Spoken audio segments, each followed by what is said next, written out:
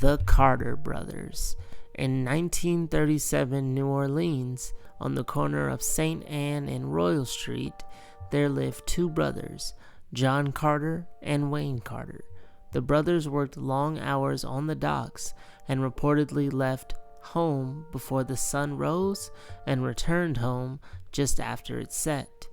Sounds like two normal guys to me, right?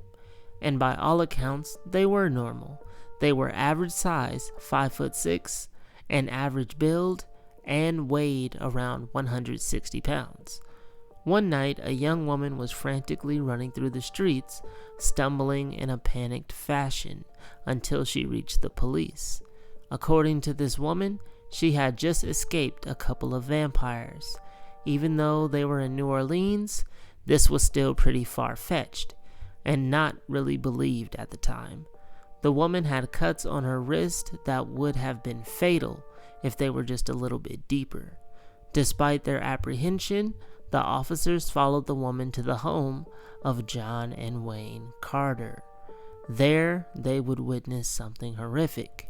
At least a dozen other bodies, some alive, some barely conscious, and others unalive.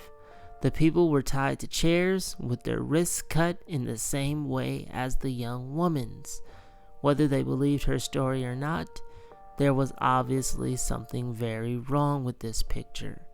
The woman explained she was only able to escape because the brothers neglected to secure her binds, and had they known she escaped, she would have been retrieved swiftly.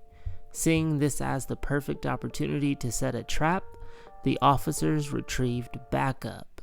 It's said that they got 8 of the biggest, strongest officers they could find. They now totaled 10 in all. They waited for the brothers to return from work as they usually did, and when they did, they sprang into action. The brothers of normal stature were so strong, it took 8 of the officers to subdue them. Once caught, John and Wayne admitted to their crimes immediately. They said they were in fact vampires, could not stop drinking blood, and wanted to be stopped.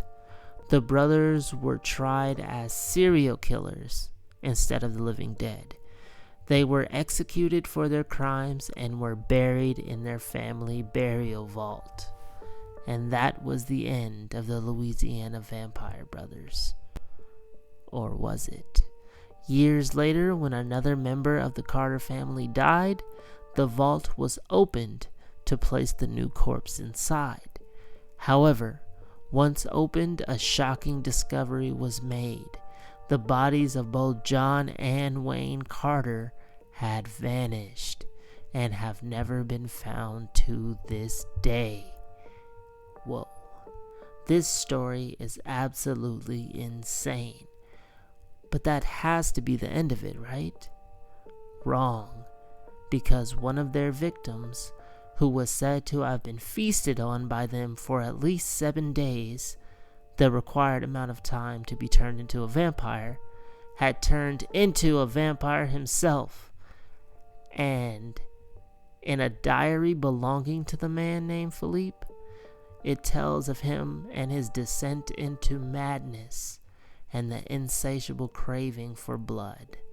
Philippe had over 30 victims of his own. Wow. Okay, that has to be it now, right? Wrong again.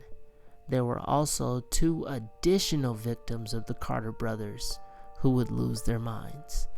One checked themselves into a psych ward before they could harm anyone, and the other, allegedly, had over 400 victims, but it's unclear whether their blood was drank or not.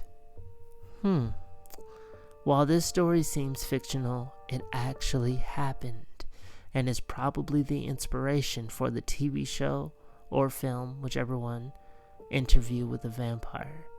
There are just too many similarities to ignore. I hope you guys enjoyed this video. As always, thank you for watching. Happy holidays, and I will see you next time. Bye.